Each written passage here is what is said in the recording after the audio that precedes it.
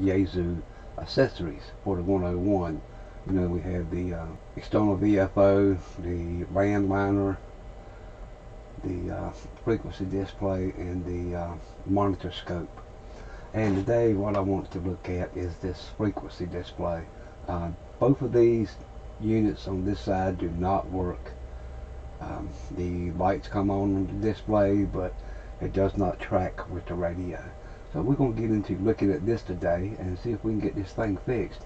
Shouldn't take too long. I'm pretty sure it's just something simple, so we should be able to get in here and fix this thing and get it working the way it's supposed to. I think the monitor scope has a bad CRT in it, so I'm going to have to get on the internet and look around and see if I can find one of those. I did go through this previously and found some components that was bad. I've got some videos started on it, but I think now we need to find the tube.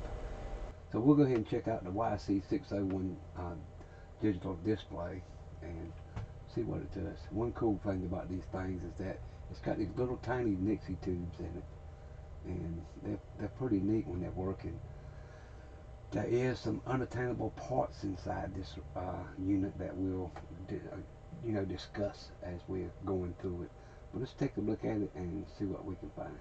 Okay guys, I went ahead and got the unit connected to the 101. This is the 101 plane that we done the last two videos on, which is fully working radio. It does need alignment. That's what we're going to align on YouTube instead of the B. I'm doing the B on Patreon, but we'll be doing the 101 here on YouTube as far as alignment. And the reason for that, this radio is fully working, so it's not going to be that hard to align. We'll go through all the steps on it, but our main concern is this display. So we'll turn the power on the radio. The heater's off, we don't need that. Let's see, we're on the 40 meter band, got this on the 40 meter band, and we'll turn the display on. And you can see it's 7 megahertz even. And when we spin the VFO, we see nothing at all is happening. We'll just go up to 20 meters just to make sure that nothing at all is happening. It is locked on 0.000.0. It is not responding to the VFO at all. So we'll get the cover off this thing and have a peek at it. And to get the cover off, all we got to do is loosen these 4 screws on each side.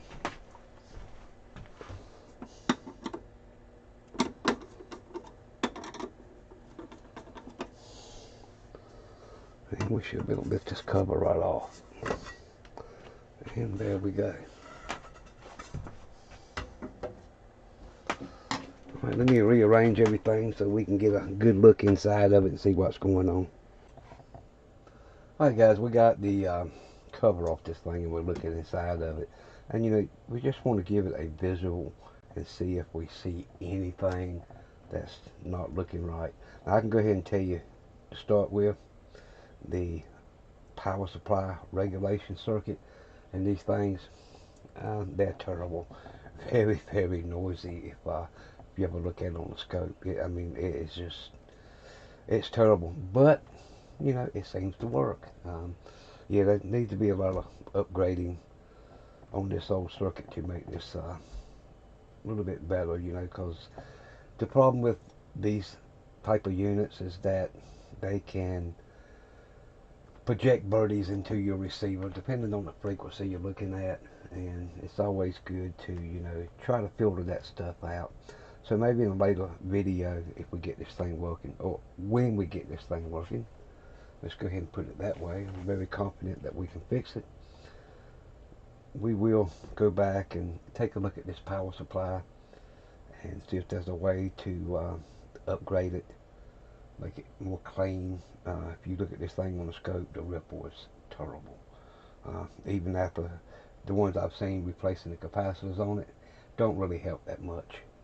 But you know, our main concern right now is getting this thing reading so that it will work like it's supposed to.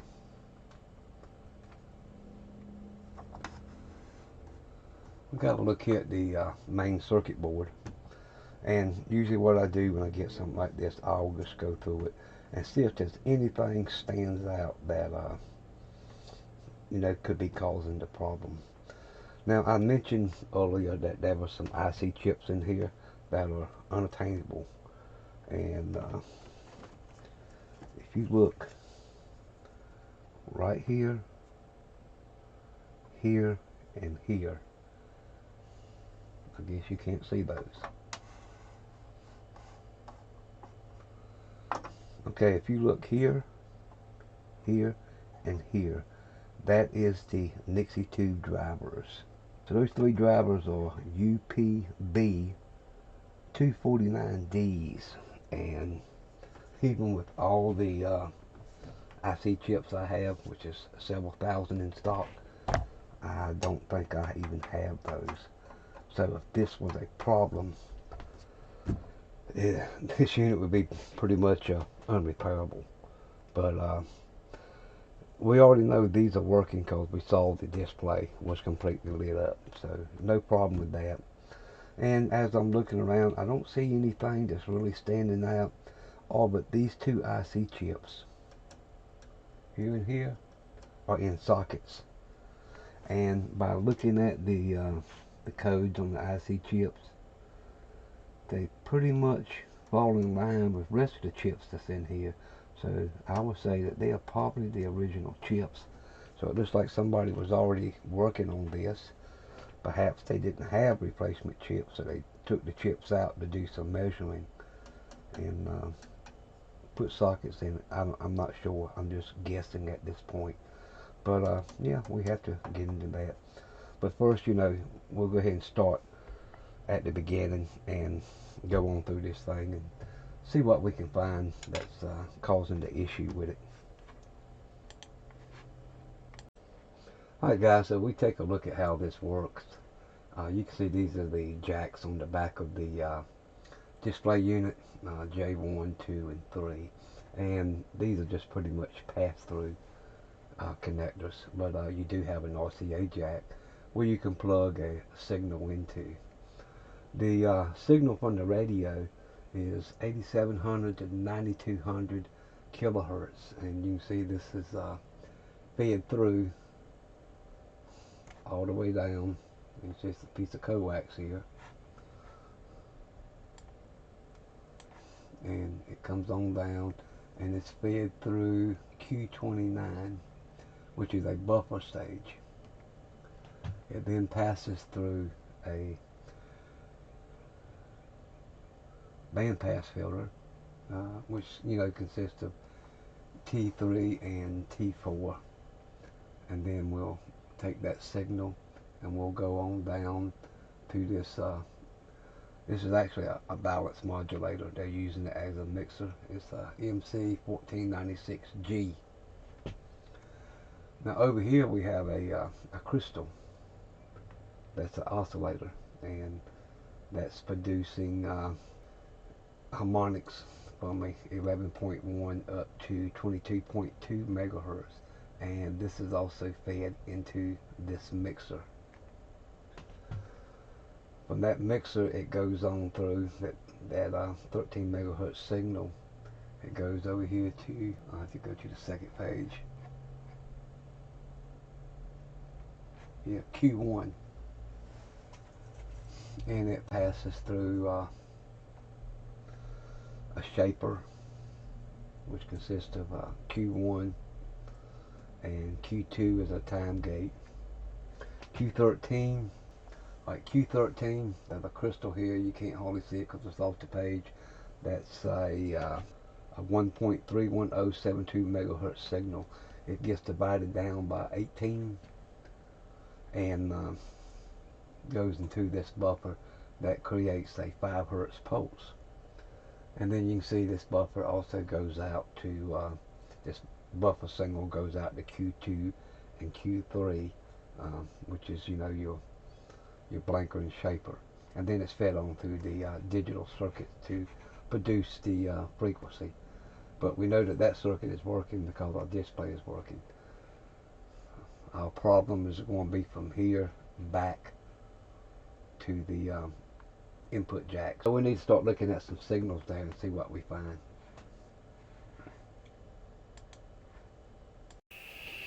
Okay guys, I got the unit powered on. I got our frequency counter connected, and we're going to connect this to the input and check our input frequency. Yeah, I'm seeing 9.0077. So as we rotate the VFO down to 0, and we go as 9.2, and as we rotate it up to 14.500, you can see the frequency on the counter goes down. So that's 8.6. So we know our signal from the radio is making it into the counter onto the board. The next thing you know, it's got to go through that that buffer stage and then into our mixer. That's right here. So we see that signal comes into Q29, which is like an amplifier, and it goes through T3 and T4, and these are the bandpass filter, and only allows that 8 to 9 megahertz signal through. It then comes down, it goes into pin 1 of our mixer. So we need to test and see if our signal is getting to pin 1 of this mixer. Okay, as you can see, I have our frequency counter connected to pin 1 of our mixer. So this is coming from the amplifier through the bandpass filter and to the mixer. And you can see there our signal is making it there without any problems at all. So we know that part is good. So here we can see our 11.1 megahertz crystal goes through the oscillator. It'll go through a transformer, and it'll come up to pin 8. So we need to see that we're getting our signal here from this oscillator going into our mixer stage. Okay, we can see I got our frequency counter connected to pin 8, and we can see that 22.2 megahertz signal there without any problem at all. And remember, this comes from the oscillator crystal through T1 transformer and then into the mixer as a 22.2 megahertz second harmonic signal, and that signal is there. So we know our two signals are getting to our mixer. Okay, so pin 6 of our mixer is our output, and you see it's going to come through T2. This should be our 13 to 13.5 megahertz signal coming through T2. So we want to check here and see if our signal is making it all the way through.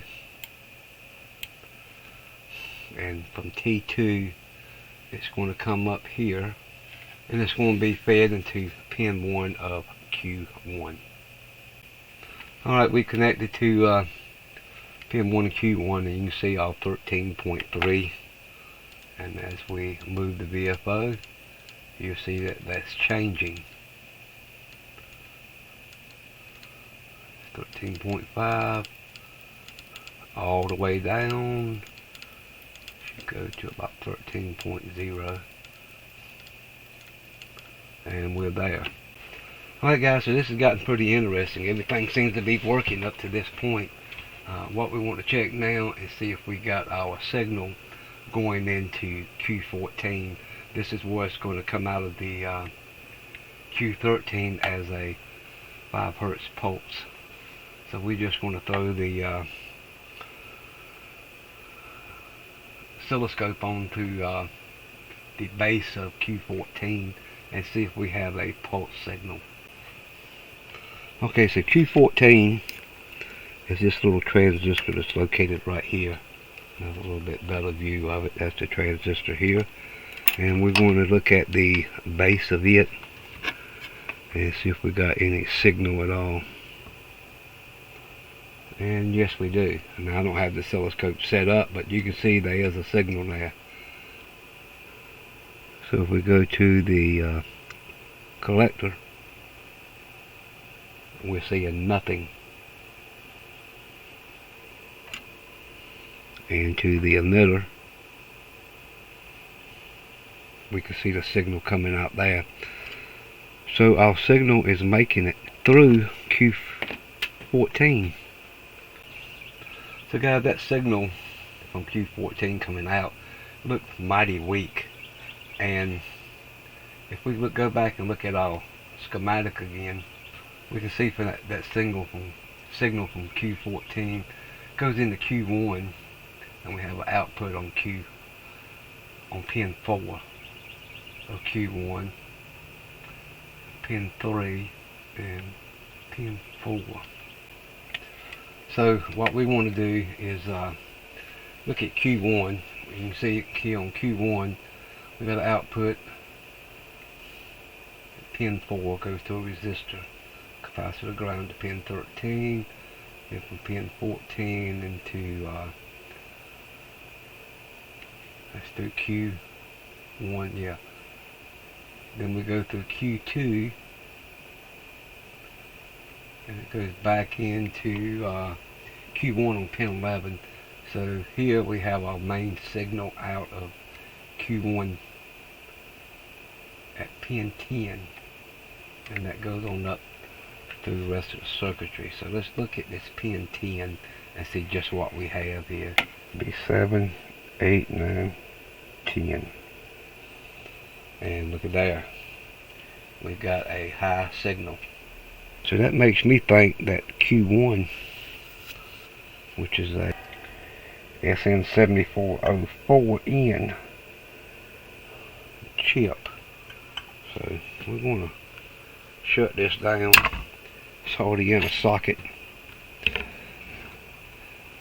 We'll go ahead and see, can't we get this out? The chip's mighty warm too. I got something else I'm getting ready to do a review on that will help in detecting components running hot. Yeah, that chip is very hot.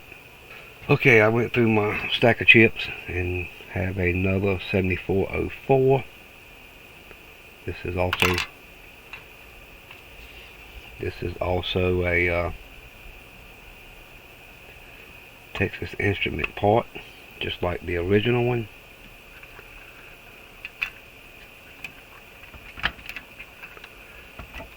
Get that pushed down in there.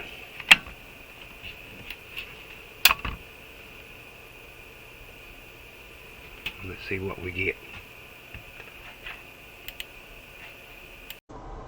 Alright guys, I replaced Q1 and it made no difference at all.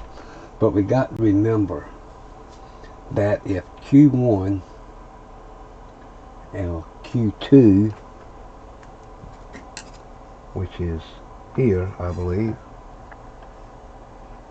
Yes, that's Q2.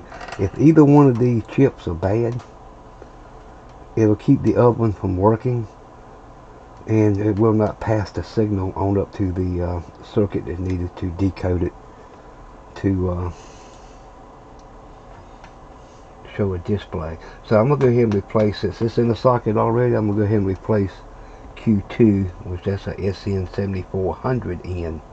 So we'll go ahead and replace that and see what we can find. Okay guys, that chip is also changed. The radio is on, and we'll get to see for the first time just what happens.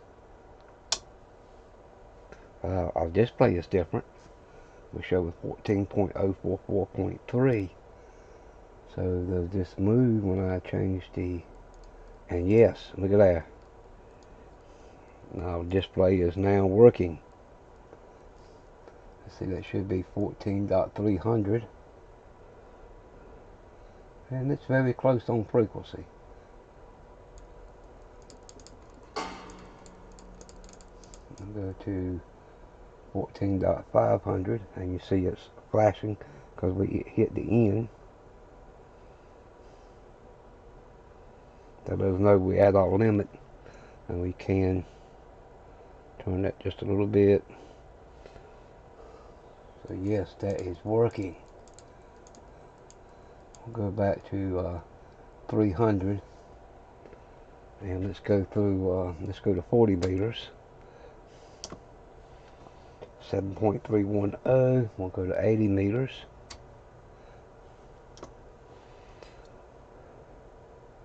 And I want to make sure it's changing. Let's try 160 meters.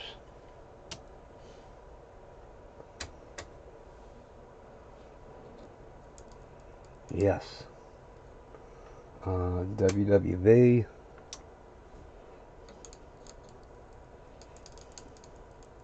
That is working. We'll go to 10D. That's working. 10C.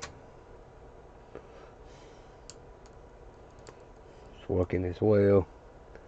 10B. Working. 10A. I'm just going right around the dial just to see what's working. I want to make sure everyone at the edge again. 11 meters.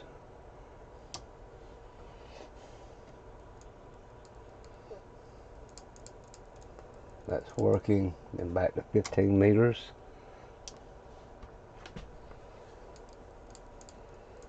That's working. Then we'll go back to 20 meters.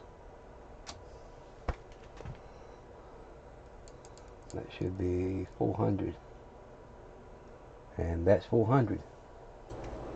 Well, there we go, guys. That was a little bit simpler than we thought it could be, but at least our display drivers is good. Now I'm gonna have to go through this thing and recap it, but we'll save that for another video because I want to upgrade that power supply and get that thing working like it should be. I notice this Nixie tube here, the third one, is a little bit dim than the rest of them.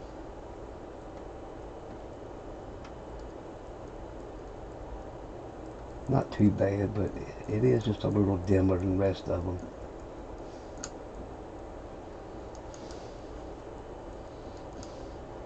Now you can see it real good when it goes from a 1. You can see how much brighter the 1, 4, and the 7s and the 2 is. But that third one's a little bit dim. So, you know, all you got to do is, if you don't want to replace this, you can move this one over to the last one, and then move that last one over to here. That way everything in the front will be the same brightness. It could be a resistor or something in there that's causing that tube to be dim. But we'll look at that when we go through this thing and recap it and work on that power supply just a little bit. Alright guys, I had a viewer, and we'll just say Remix is the viewer. He sent us 3 boxes of parts. Now, I have never spoken to Remix before or any kind of arrangement, just out of goodness of his heart. He sent 3 boxes of parts of and we understand it's Yazoo parts. I did see a post on YouTube where he said he was sending me 3 boxes. So there they are. So let's take a look. I'm not going to unbox them and, you know, let y'all unbox. That gets a little boring. We'll just take what he's got and we'll put it on the bench and have a look at it. Alright guys, so as you can see, well, it looks like, appears to look like just about a complete 101E. All the parts, transformer, the PA compartment, all the sheet metal, as the front end, the rear panel, relays, the capacitors, the switches, trimmer boards, the back accessory plugs, all the internal boards, the VFO, the DC to DC converter, the fan. Okay, the transformer is all complete, all the wiring and stuff on it. There's a whole bag of miscellaneous parts, switches, some other controls, coils. I see three tube sockets, all the couplers, Jackson ball drives. I mean, just about everything that was in the 101 is there. And I put all this stuff in the box. There's quite a bit of stuff in there. Transformers, knobs, edge connectors, shafts, crystals. There's the fuse lamp and cover. More controls and switches. Rear plug. There's another Jackson ball drive. That was probably for, no, the one on the VFO is still mounted on it. Front dial, felt washers. There's the other felt washers. There's the felt washer plate. You know, looking at this, it looks like this is the whole radio except for the tubes, the S meter, the main chassis, and the front chassis. And that's not it. Also have bezel, there's a top cover plate in here, and the outer cover, which looks real good. Just looking at it, there's a bend in it right there that can be massaged out with no problems. I'm not going to unwrap it because I don't want it to get all scratched up. But let's see. Now you can see that a lot better. It looks good. The handle looks good.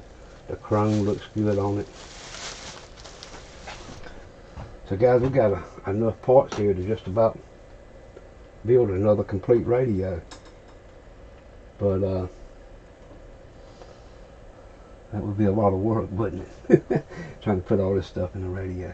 But there's a lot of good parts here, and you know, I'm just amazed that this was sent in to us, because I mean, someone could take the time, put this stuff on eBay and sell it, and that's what happens to a lot of radios. And, you know, I hate to see it, but it does give us a opportunity to find parts, and there was lots of these radios made. So, you know, we can't save them all, but we can save the ones we can. So you guys remember the 101D that was sent in to give to us. We took the knobs off the front and a few other components to put on the 101 plane that we had picked up. So everything that is missing from that radio, all but the tubes, and I see some of the crystals are missing. The relays, you know, again, the transformer's been removed. Every wire to the transformer is marked, which is pretty nice. Our tube sockets are gone. Our fan has been removed, and it looks like it had a DC to DC converter on it at one time, and they take that off. The case is it's not bent up. The top of the case is missing the box. It does have the bottom on it. It needs repainting. You see wires hanging through from the transformer. And like I said, I guess I mentioned the tube sockets are gone. It does have the plug in the rear. So with all those parts that we got enough parts that we could put this Yazoo back together with. And again, you know, we don't know why this one was taken apart. It could have been a bad transformer, and they pulled the transformer out and was going to replace it, and they want us to put the time and money in it. I don't know. There's nothing in this radio that can't be replaced. Like I said, we now have a transformer. We have every part that we need to try to get this one back and going. So I think we just may, when we get the time, sit down and go through this and see if we can put it back together. So yeah, I think that'll be a good video to make a can we make it work video. I think that would be fun to do. Like I say, the biggest thing is wiring the transformer in. The tube sockets is no problem. The transformer is a little tight, compact area to get into, but it can be done. So yeah, I think we'll do that sometime here in the future. So noticing that it looks like the felt washers are missing here, and somebody's put some type of material between it.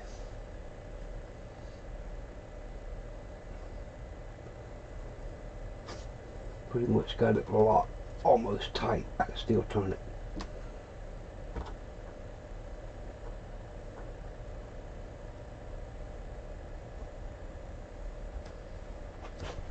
Yeah, so if y'all guys like to see a video in that, let me know.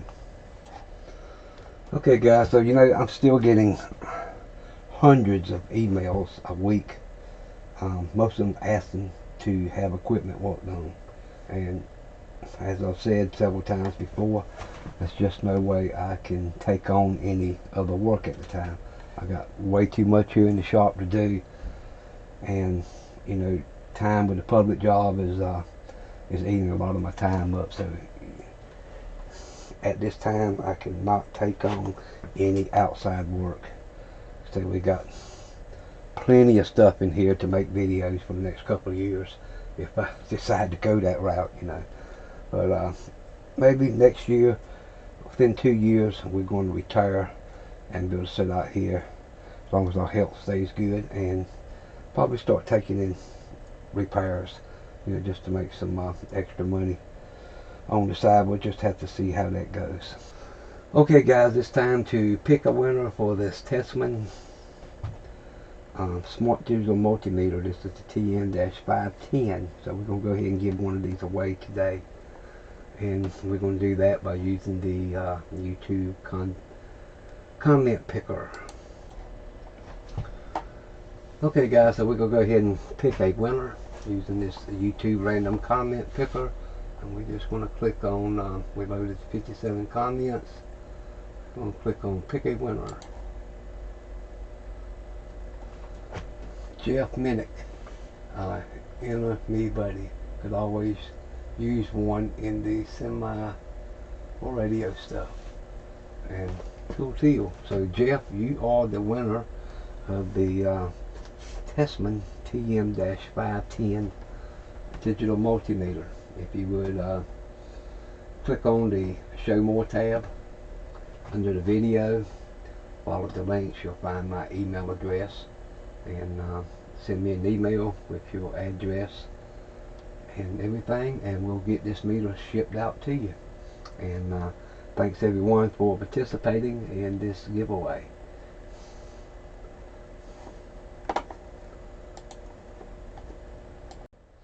Anyway guys, that's going to be it for now. Hope you enjoyed the video. Hope you learned something. Leave your comments down below. If you would, hit that like button. If you haven't subscribed, please do. It really helps the channel out. And guys, until the next video, we'll see you then. Bye now.